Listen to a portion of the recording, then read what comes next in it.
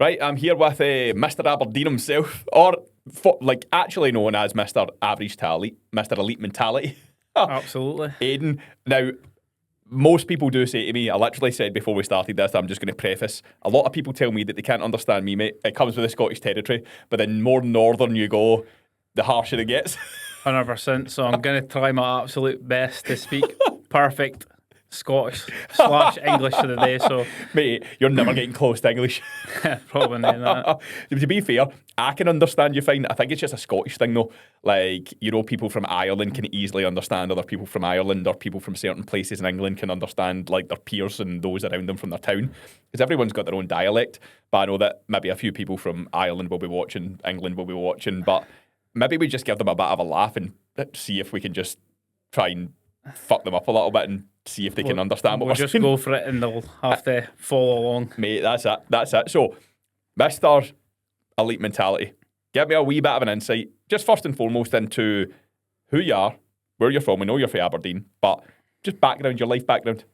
No, 100%. So pretty much, like, I'd say about 5 years ago now, I fully got into like fitness. And before, like most like Scottish lads, like, you know what a Scottish mentality is like. It's like when you're 16-year-old, it's like your dad will hand you a beer normally, or say want a bet on the bookies, things like that. So I was never really into, like, I played football and stuff, so I wasn't really like into training, and I just kind of got sick of that lifestyle. And you find yourself like not losing yourself a wee bit, but you get to an age where like, I'm not even enjoying this anymore. And then essentially I worked with my first good coach. Don't get me wrong, I had the first coach I worked with was terrible, but I found a great coach after it. And then it just really opened my eyes to like, there is more than working a job you hate and like being stuck in that life essentially. And then when I started to, obviously, you know yourself, when you go to the gym, you start building confidence, getting fitter, stronger, all these things, I started to give myself more belief that I could actually do more. And honestly, it kind of stemmed from them. And when I actually made the name Elite Mentality, I was far from elite, right? I was a million miles away from elite, but I always looked at it from where I was compared to where it's like started in my gym journey. Yeah. I was elite because I was like most people in their younger years going out and getting mad beat and all that stuff. And then now I'm training multiple times a week and all that. So yeah, that's kind of where it stemmed from. But now I'd say I'm a lot closer to elite Yeah. than what I was back then. But also I made that name and I thought I was. But as your goals get bigger, business gets bigger, you realise that I was on my way to being elite, or trying to be elite. But mate, that's the thing. Like, the one thing that you always have to remember is you are always in pursuit of your future self. So like, if you wanted to be elite, like, even though when you gave yourself that name you weren't, you were in the pursuit of it. Like, you wanted to achieve it. And you know, mate, you just said something that I've not heard in ages, which was mad with it. So just a little bit of translation, right? When Scottish people say mad with it, it basically just means you get drunk. Well, see, to be fair, I wouldn't normally say mad with it in Aberdeen, but down here, obviously, everyone says it. So a lot of people watching it, if I said something from Aberdeen, they'd be like, Aye, mate, the Scottish culture, like, I was definitely part of that growing up as well. There's some, probably like yourself, some stories you can tell. Some situations you quite get a lot that I won't be telling. Aye, that's not the elite side of the story. Definitely. But I think having that kind of social norm upbringing of, you follow this path, this is what you do, like, this is what's destined for you type of thing. Like, not a lot of people actually do break it, like, especially from Scotland. You'll know yourself, there's a lot of people in Scotland that they're very small town mentality. They do the same thing, they go to the same place, they hang about with the same people for years upon years upon years. They never really do anything with their life, they just settle because that's what was drawn out in front of them, or a lot of them actually blame their circumstances and where they came from as well. What do you think changed you? Like, you obviously said working with your first good coach, but what made you want to change in the first place? I think for most people, they won't admit it, but like, I think everyone does want to change. Like, in my opinion, like, there's so much more out there than, like you say, that small town mentality. Like, if you don't like a job, like, get a new one or start working towards. I know it's not as black and white as that, but like, there is a way out if you start working towards it. And I think for especially when I started training in the gym, it gave me confidence. and belief that I could actually start working towards his goal. So that was like a massive thing for me. And it was, everyone's probably said it a million times, like, that's me off it. You've heard it a million times. How many times have you said that? And even though I would constantly say that and I'd go back to what I was doing before, I still had the mindset of I wanted to change. Yeah. So, like, even though I'd failed a lot, and I mean, like, a lot, years and years I've been saying it, I still kept trying. So even if it was like, a lot of times it would be go to the gym and then maybe be months before I went back, but I kept going back. And I think after a while, you just, like, if you keep trying, like, you can't fail. That's the way I looked at it. And after a while, it kind of just became something that I really, really enjoyed. And the more belief you get, the more you start to think, well, I don't want to be doing these things anymore because it affects my training or my eating or my goals. And a very bad hangover on a Sunday after being out very late was how it stemmed. But that is essentially how, I suppose, I started working towards elite mentality. Brilliant. And mate, you never just settled there, because obviously, like, Aidan's now, and the reason why he's here and why we're talking today is he's hit a few record months now in your business. Made what, since we started working together, over 40 sales now. I think you're actually close to pushing 50 sales. And you're now obviously, just as of very recently, changing niche, because this is where I'm taking this conversation. The niche you worked with before was obviously offshore. Now, Aidan didn't just live and breathe the whole I want to change and I want to give this thing up that I continue to repeat and go back to, but I know there's something better for me in the future and destined for me in the future. Like, he never just was able to leave that behind, but you were also able to leave behind a full-time employed job in the offshore industry, or the oil and gas industry offshore, to now pursue your own business goals for the things that you're passionate about. So you've lived and breathed that transition in multiple different ways and multiple different formats, and obviously it speaks to the brand value and the brand name of elite mentality.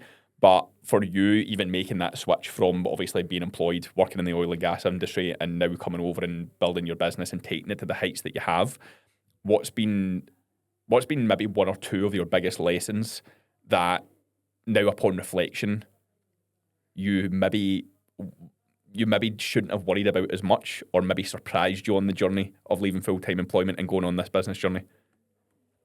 I think the biggest thing is everyone screams security when you're in a job, but I know from experience, like, being paid off several times or just being told you're finished on the Monday and things like that. I think it's like having belief in yourself and, like, just really buying into it and going for it, because if you're willing to, like, put in the work, you will get there. Like, I don't see how you won't get there if you're doing the work. And without being, can you swear in here? Fucking right. Without being fucking cringy or cliche, it's like, if you put in the work, like, you're going to have a lot of bumps in the road and failures and stuff like that, but you'll get there. And I think it is a confidence thing. It's like ticking off one goal on the next thing, and that was the same for me. It's like, I never just quit offshore. I was coaching while I was offshore, and I always had the mindset of, like, I'm fucking, like, this isn't going to be me. Like, I want to get away from this, and that's what I did. And then gradually, after a very successful trip in Qatar, I fucked it off and went to Australia, and then I've been coaching ever since. But I think it's got to be belief, because if you don't believe in yourself, like, there's no point. You know what I mean? And mate, that's what I love about you. Yeah, I've obviously told you before anyway, so it's no surprise. Like, you are literally just yourself whenever you see you. Probably you see too you much. in person. But it's such a good thing. Like, your content is so authentic. You're yourself, regardless of the situation you're in, the people you're around, the environment you're in, which is actually very, very rare. But it's also why the payoff in business is so good for you as well, because I think too many people are so focused on trying to create this picturesque lifestyle that they don't actually live, just so that other people can think, oh my God, this person's got a bit of authority, or this person does X or Y or Z. You don't try and make anything look polished, because I think for you, the elite mentality is not polished. It's having belief in yourself. It's doing it fucking when it's not perfect. It's doing it under conditions that maybe are against you instead of in your favour. Like, that speaks to the brand name. Instead of you thinking, oh, I'll get all the best camera equipment just to record a bit of content, you're like, I'm just going to fucking sit in my van, press record, and tell people what they need to hear. You know, but that speaks to the brand as well, because it's not just elite mentality with your own training and you living and breathing what you tell other people, but it's just how you run your business and go about your business and market your business. Yeah, and I think, like you said there, when I When I was thinking before, like elite mentality, a lot of the time people don't realise when you work offshore, people are on the tools, they just assume, oh, you're making money and stuff like that. But it's hard. You're away from family, away from home, and then mentally it can be really tough. Obviously, if you're working night shift, going from day shift to back shift, it can be really mentally draining. And I've always had the, like you say, the mindset of, for me, that was like an elite mentality. It wasn't like running ultras or marathons or stuff I'm training for now. It's like sitting on night shift for 3 weeks doing absolutely nothing, where you're like with your own thoughts, and like that was tough. So I've always tried to like combine them together, and that, like you were saying there, like I think the best thing the most honest thing I can say about myself is it's all authentic, and I'll say what's going well and what's going shite, essentially, rather than a lot of people will be posting pictures with our new motor in Dubai. I'll be in my van and fucking ran through, like, do you know what I mean? So, Mate, and that's what I love though, because see, when I go on your stories, you could have posted like 20 stories, and so many people these days will just be talking about the perfect story ratio, only post this much or your views drop and all that. But that's not stop you from making sales in your business and building your business. So if we kind of go on to the business stuff now, like before you joined Built for Coaches, what kind of position was your business in? Like what were the challenges you were facing?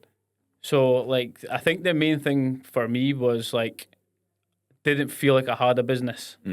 And it was quite a case of, like, put a post up, be on your stories, get clients in, but that's not a strategy.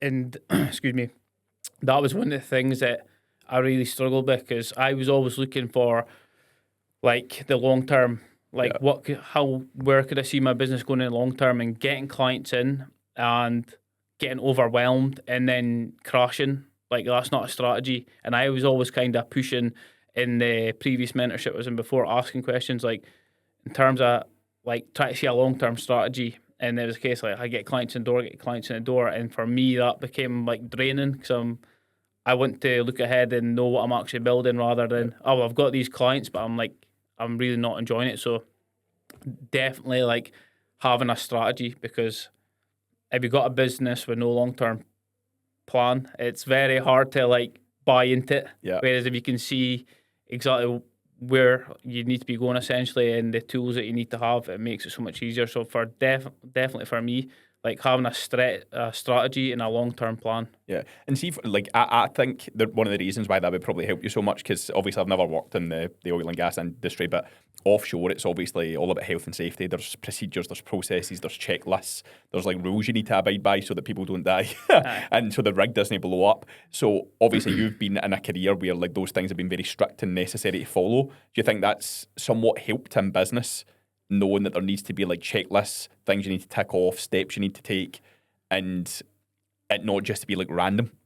I think for me, like I was probably one of the, I'm not going to say what I had over other coaches, but like I'd run teams, I'd worked in situations where it wasn't enjoyable, and I worked with people who I really liked, and I worked with some right arseholes. So I knew like I never want to be like them, but I'll take the stuff that I don't like from them, and I'll make sure that I never use that in my coaching. But I worked with some like great people, and I took a lot from working on the tools, because like you're working in teams, you need to be able, and that's the biggest thing with coaching is like you can have all the knowledge in the world, and you probably know some of these coaches who are so knowledgeable, but they just don't know how to speak to people.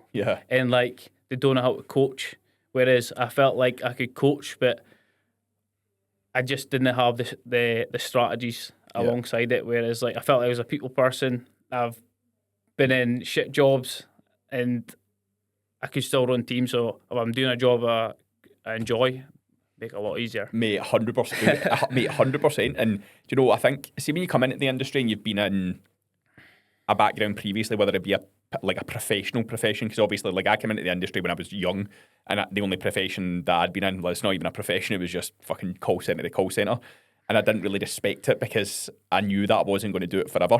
But I've seen this kind of common theme from people who have worked in like actual professional settings, or like Paddy, for example, that's on the team, who comes from a sporting background and took himself to like the Commonwealth Games. I see this common trend amongst guys like you, where the reason why you get into the industry and your experiences before make you kind of stand out from the coaches that get into it for the wrong reasons? So obviously, you'll know yourself how many insecure coaches get into the industry because they need the validation, they need the acceptance from others, they want the likes to feel like people on social media that they don't even know are applauding them. Like, you guys don't do it for that shit. You guys do it because you've been in team environments before, you know how to work as a unit, you have to work to processes and systems. There needs to be predictable outcomes to the things that you're doing. Do you think that that's what gives somebody like yourself as well an advantage over coaches that maybe don't take this job quite as seriously as they should? Because you're a big person for advocating education and skill development. So I don't think you should be doing this job unless like you're a people person. Yeah. Because at the end of the day, like you're dealing with people every single day. Yeah. So if you're just someone who's a coach who's got an abundance of knowledge, but you don't know how to speak to people, you're probably going to suffer with like churn and people leaving and stuff like that, because you need to be able to speak to people, and like you can spit all the scientific words you want, but to some people it's not going to be relevant. Do you know what I mean? You need to be able to coach the person and different types of people. So I think that helped me massively. Obviously working on the tools, you're working with site managers. 9 times out of 10, they offend any site managers, but they're on the arseholes, right?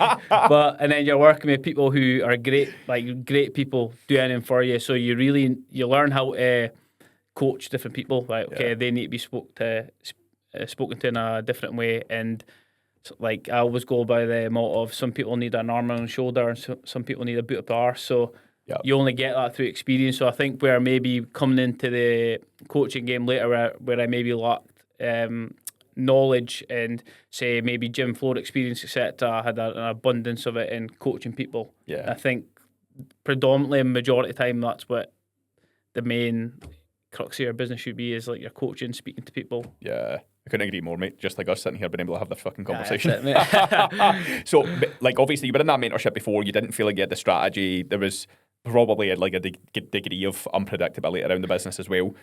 How did that make you feel at the time? Like, because obviously we had the discussion, you signed up when we were obviously launching Built for Business at the time. So how were you feeling at that time when you reached out, when you were like, something needs to change? Because even you know yourself, mate, like when you're marketing to people, people reach out to you because they feel a certain way. How were you feeling at that point? When you reached out to me, sorry. So like when we were... Did I reach out to you first? Can't remember, mate. Did someone pass me your name? I think I slid into your DMs, No, actually. do you know what it was? Grant told me about you. So it was. So Grant told me about you first.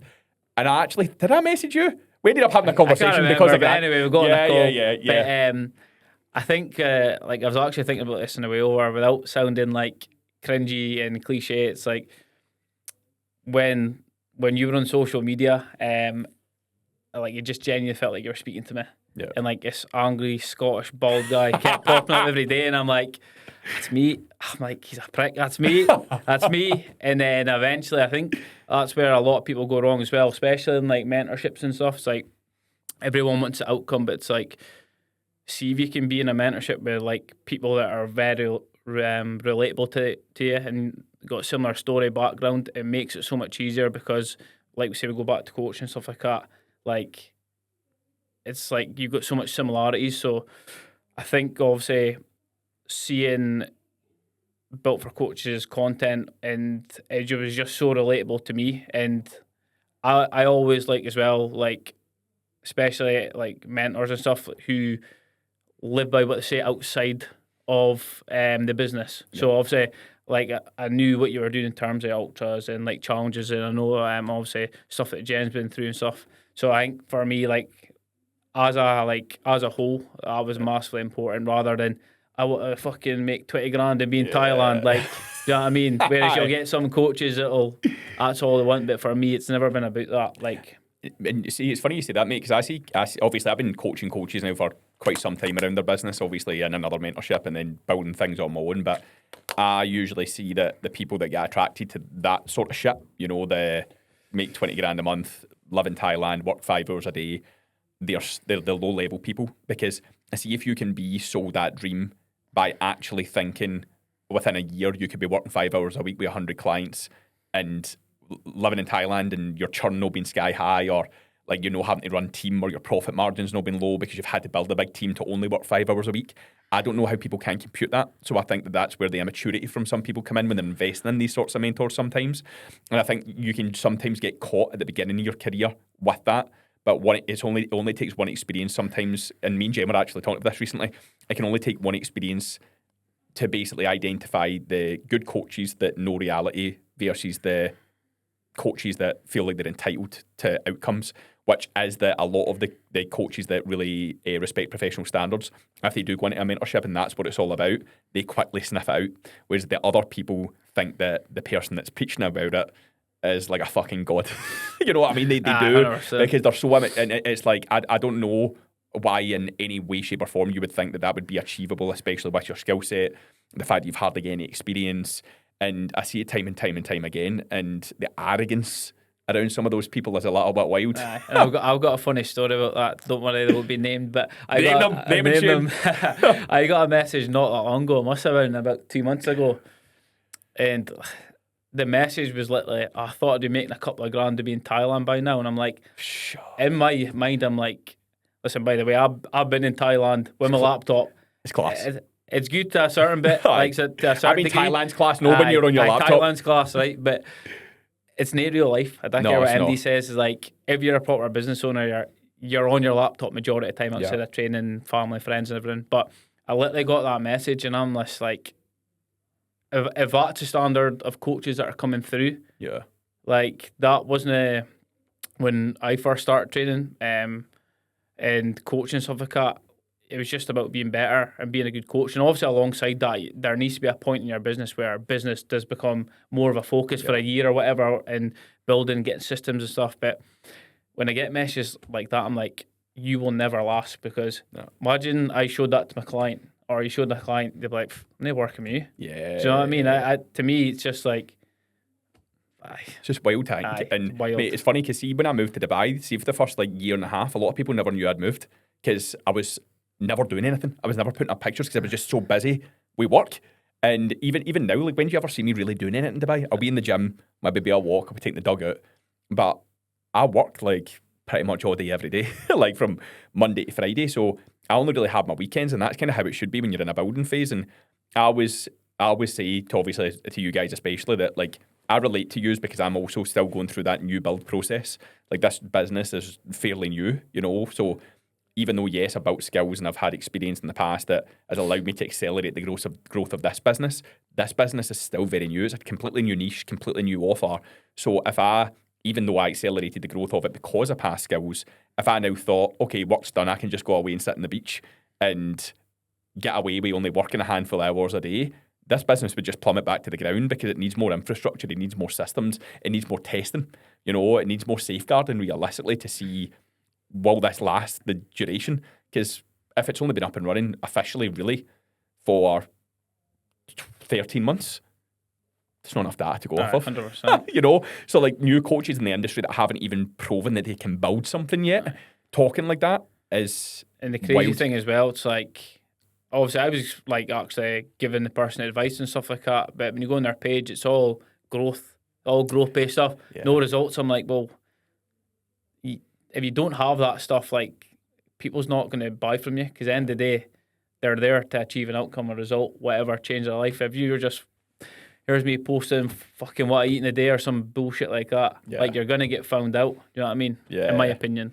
But that's it. Like, we've obviously spoke about, like, the growth-based content. A lot of it is just broader awareness stuff, and people like that end up just thinking likes, views, engagement, I'll be famous, like. But again, it's you build something like that, you don't have results, you don't have something to sell, no one's really going to buy. And that's why I always say, like, growth is something that you need to keep in if you want new followers without having to pay for them. Like, have it part of your strategy, but only a minimal part of your strategy. Because if you built even a small audience of really primed people that would be inside your niche, like, you can sell to them over and over and over again. When it comes to business, mate, when obviously from when you started to now, all the things you've achieved, how you're feeling now, what do you think the experience has been like and the support's been like that you've received since being in the process?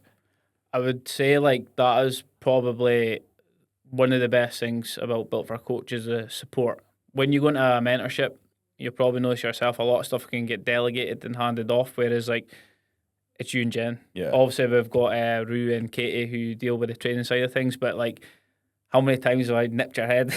Literally the next day, I'm getting what I need because I get it there and then and go away and implement. And I feel like that's what it should be like. Whereas a lot of time, things can maybe get passed off or people are less hands-on, stuff like that. But like the support is like massive. And I would say like that's been definitely one of the biggest things that I've liked the most because you're asking questions and getting answers. But a lot of times before maybe I wasn't, or I wasn't getting the answers I wanted. Whereas I'll get the answer, we'll discuss, and I will make it fit to what works for me, not what here's a blueprint, do this. It's a case I like having a discussion and seeing like obviously my approach and my content and things like that is obviously be slightly different to other people's, but I think it's like definitely the support's huge. Massive, mate. Mate, it's funny because we were, even at one point this week when we were talking, I was like, I'm talking to this cunt in 3 different channels. Because we were talking in like your private channel. You'd obviously wrote something in like the content channel or something for feedback.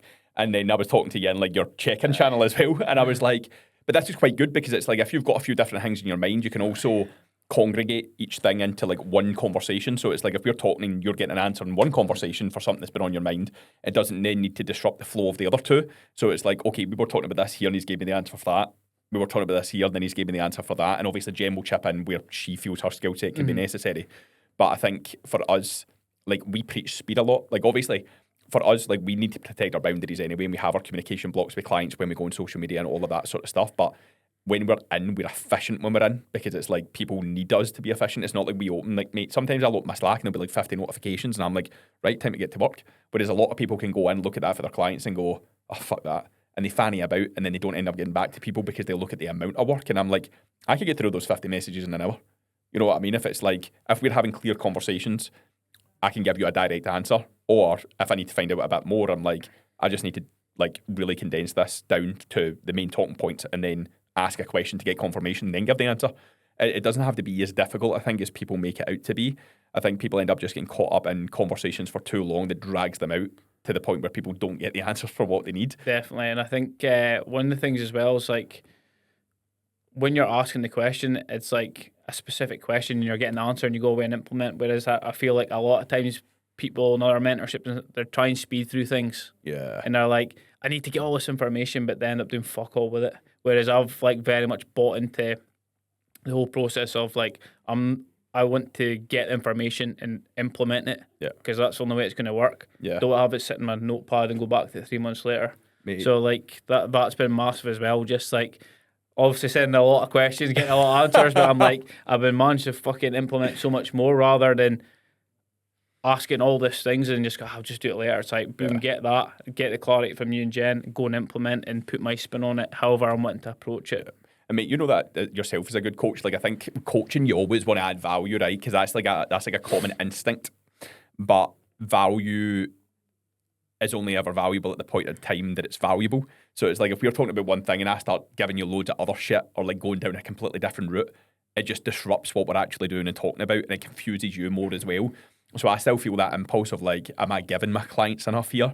But I know that I am. It's just that there's so much more I could still give you alongside it. But I'm like, that would be useful. That would be for me. It wouldn't be for you. You know, it'd be to make me feel useful. And you'll probably feel that with your own clients as well sometimes. 100%. It's I think I was actually thinking about this earlier and laughing about it. It's like there's actually so much good stuff, but a lot of times it's like I'm not ready to implement that yet. I need to get this done before I go there. But you're like, once you get implementing, like you'll get to that. And I think that's just part of building a business. Everyone tries to skip all the work in between, whereas implement, move on to the next. I think that's definitely been something that I've bought into massively going into, obviously, Built for Business, is like, I'm going to fully buy in. And if it takes me, I've not put a time frame on I need to get this, it's like really bought into the process of case of implementing. Because I'd be a fucking mad procrastinator. Like most people, I'm like, I've got this notebook, and they just fucking fuck it off. Do you know what I mean? Yeah. But I also like that about you, mate, because see, if you're unsure on whether or not you should move forward, you ask.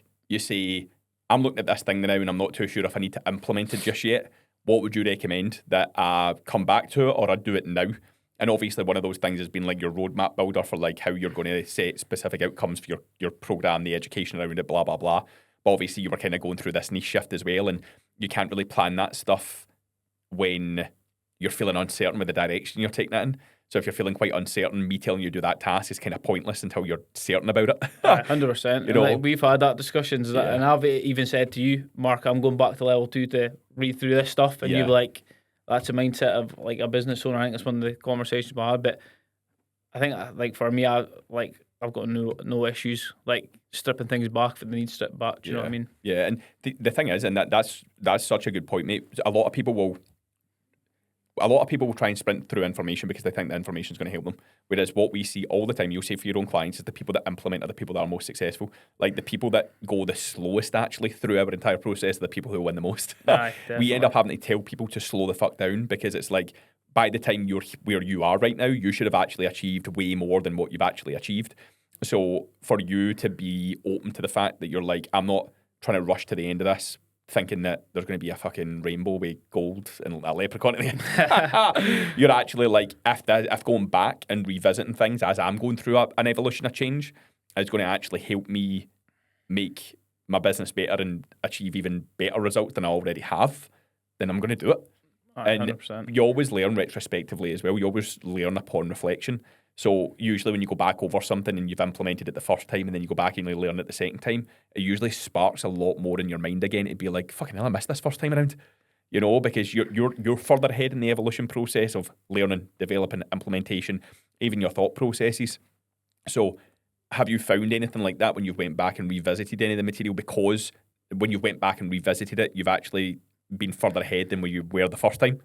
Yeah, so like kind of where I'm at the moment, it's like when you're obviously in business, like there's never people who speak in absolutes and certainties. Like 9 times out of 10, it's a load of shite. Yeah, I mean, things change all the time. That's one of the things really like about Built for Business is like things get adapted based on like obviously new trends or whatever's going on in business and stuff like that. So like going back a lot of times, like I found a lot more clarity in who I want to work with, because obviously as you progress as a coach, like things change. You have different interests, hobbies, and you might want to tweak that to obviously your niche or the people you work with.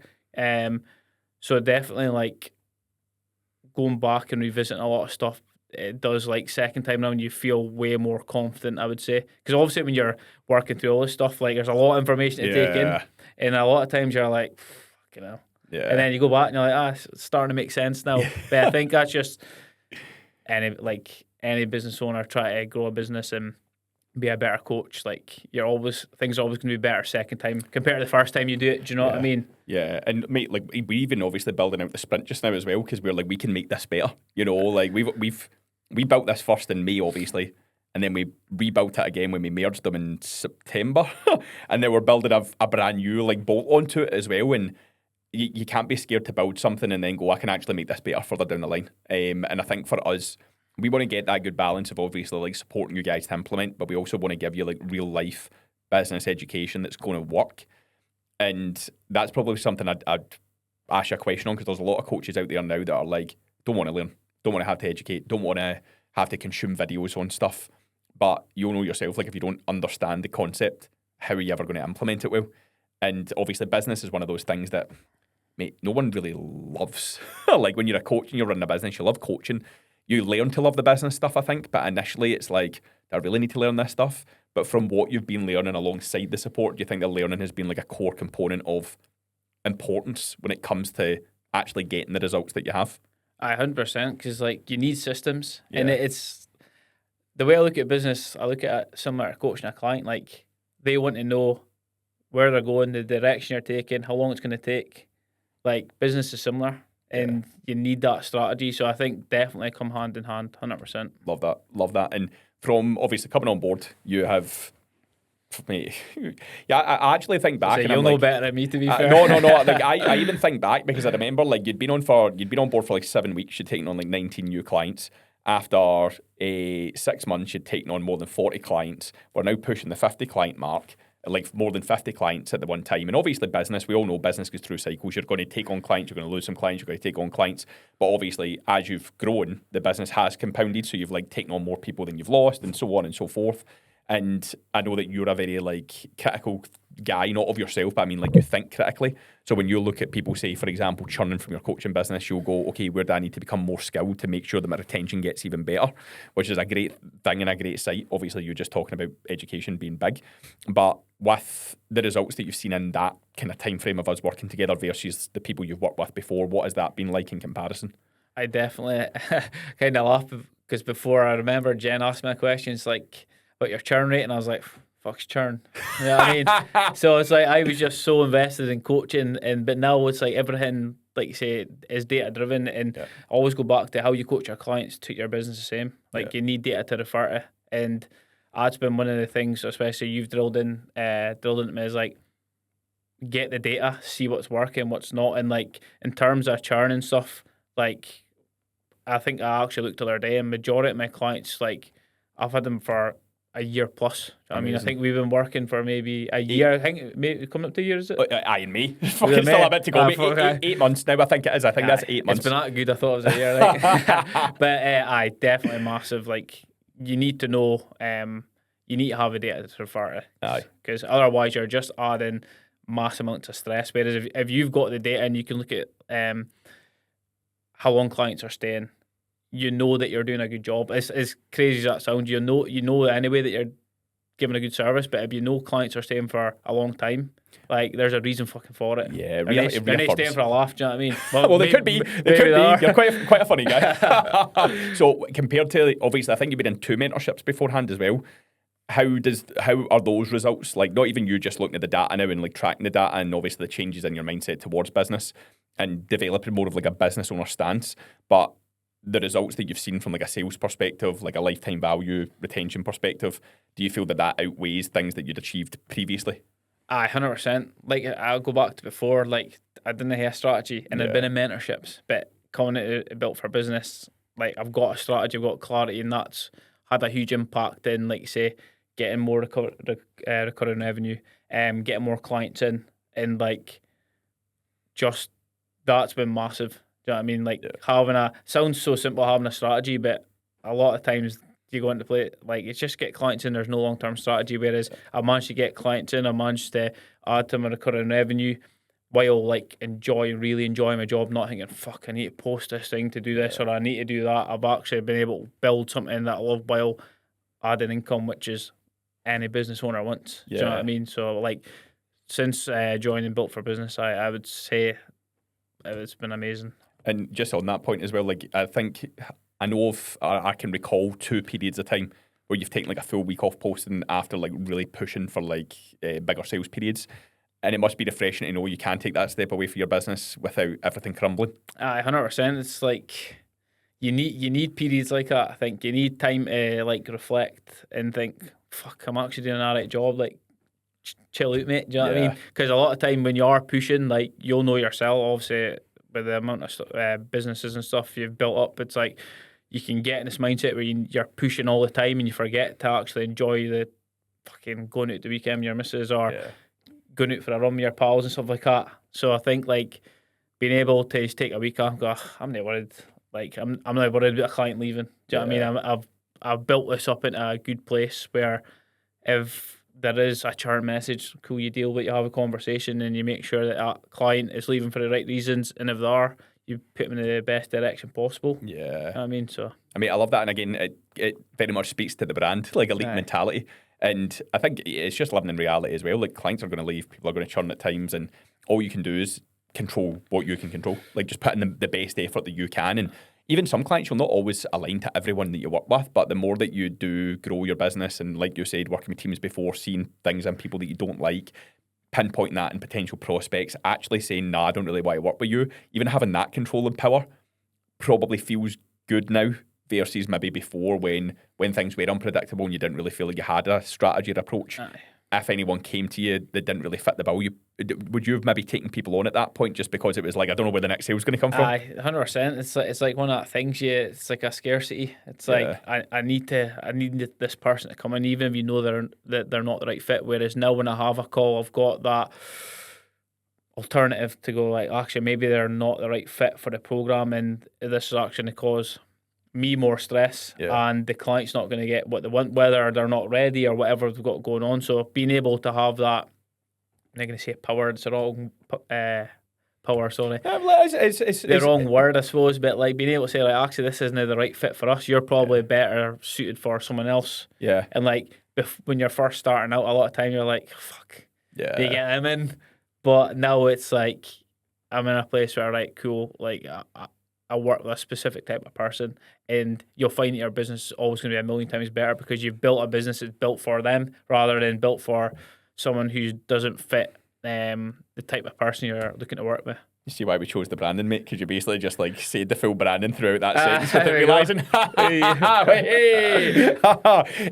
Mate, just as we kind of wrap up, what would you say is, and this is just like a bit of a out there question, kind of just made up.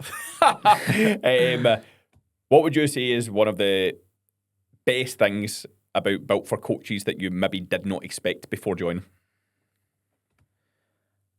I would the first thing that comes to mind is the support. Like when you go into a mentorship, like when there's always, it's the same with the client. I always go back to it when you're investing in a coach, when you're investing in a mentorship, there's always this what if it's not what it seems. And I'm here to tell you, Built for Business is definitely 100% what it seems. And like getting the support from obviously yourself and Jen is massive. Like, and just in a group with like-minded people has been like really, really huge. But I'll go back to that. Support has been like second to none. Like, because especially when you're growing a business, like you want the answers, and I feel a lot of time like people dance around it, whereas like you and Jen are very straight to the point, very straight to the point, like which I like. Mate. And I like when you're I keep calling myself fucking business owner. I'm just a coach, right?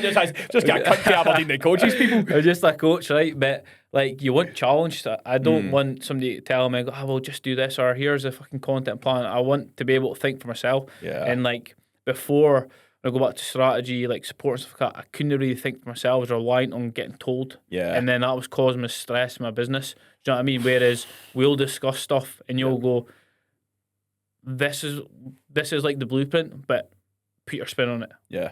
Like what's the words that are relatable to your clients? You know what I mean? And then you're like, well, you can work with that. Whereas if you're getting told like, here's this, it's like you can't think for yourself. And then in the long term, you just end up fucking yourself mentally, 100%, mate. So disempowering. See, if you can't, like, and obviously we say that a lot anyway, but if you can't think for yourself, you're fucked. Aye. You're fucked. Like, even think of, mate, you'll be able to relate to this. I think everyone would be able to relate to this. You know, those kids at school that were like fucking mollycoddled off their parents, you know, given everything, were never told no, their mum and dad would back them up when they were wee dicks. Those kids, because I can think of so many kids that went to my school where I would get the bollocking and my dad would fucking kick my cunt in if I'd done anything wrong, but then other parents would just be like, nah, that would never be my son, that would never be my daughter. But then they grow up and they've had no self-accountability and they end up just being the type of people that can't think for themselves or always create drama. That's not how I want to live my life. I want to be independent, I want to be in control. Aye. Whereas I think a lot of other mentorships, sometimes because they don't operate the same way, and that's why we try to be quite different, is that they want to keep you for as long as they can, so they try and make you feel like they hold all the answers, whereas we still want to work with you for as long as we can to take you to as big as you can, but we also want to make sure that in the pursuit of that you can think for yourself so that when things are over, the business can continue to thrive. 100%. Like, you need that, because if you don't have that and you're not willing to like put in the work, you'll just end up, oh fuck, where to go now? Yeah. Whereas like that's one thing I definitely learned is like back yourself. You know what I mean? Yeah. Obviously, learn from people like yourself, Jen, who have been in the industry a lot longer, know fucking shit ton more than you, and mold it into what you want for your business, not a carbon copy. Because at the end of the day, everyone's business should be unique. Yeah. Do you know what I mean? Yeah. And that's definitely been the thing for me, is like, think for yourself rather than, fuck, when's the content plan getting sent on Friday? I'll be getting my 5 posts and thinking you're working, do you know what I mean? Whereas now I'm like, fucking hell, it's a job now. Yeah, whereas before I was like, oh, fuck, I'm going to go down to the gym a day. I'll get my post up, I'll send a few That's messages. no very elite mentality, bro. But even that, I remember, like, I have worked obviously with other business mentors in the past, and one of them was like, you follow our content plan. And I remember I followed it maybe for like a week, and I was like, this isn't me. I was like, see, even reading the script and like playing it out and what they told us to do, I was like, I feel like I'm a fucking performing monkey. And I was like, nah, I've always been based when I think for myself, implement my own ideas. That's what I'm going back to. And don't get me wrong, like the mentor, good guy, sound. It's just a system never worked for us because I like to take responsibilities. Even like a few times over the last couple of years, we'd invested in like an ads agency. Didn't get the feedback we wanted, didn't get the results that we wanted. So I then went and taught myself how to run ads because I was like, see, this is fucking pissing me off. And then when I looked at the ads that were being ran for us versus what I'd learned about ads, I was like, no wonder we weren't making money. I was like, I don't know why anyone would have been running things this way. It's now aligned with you. And even when I was asking for feedback and to be like kind of taught along the way, I wasn't getting it. And I think that's probably a trait of a lot of business owners that can either be very positive or negative in some areas. You need to have control. You need to have control over something. Like, I don't mind handing things off. Obviously, I've got team run things and so on and so forth. But I think you need to be in control, like you were saying, think for yourself to know what problems you need to solve to get to where you need to be. 100%. Like, you need to be the driver. 100%. Now, mate, I've been doing a kind of fun thing to end this off. Usually I would do a wee call to action, right? So I'm going to read you the call to action, and you can look at the camera and you can tell them what to do, right? So see if you look at this camera and just repeat after me. If you are a sound cunt that wants to achieve coaching excellence, wants to build your business, wants to outlast all the fucking dumb other coaches, don't respect the industry, and you have good professional standards, you're not afraid to work hard, click the link in the description below and DM Mark on Instagram with the number 67. There we go. You heard the man. You heard the man. Get involved. Mate, thanks so much for coming on. I appreciate it. Mate. Cheers. Cheers for having me.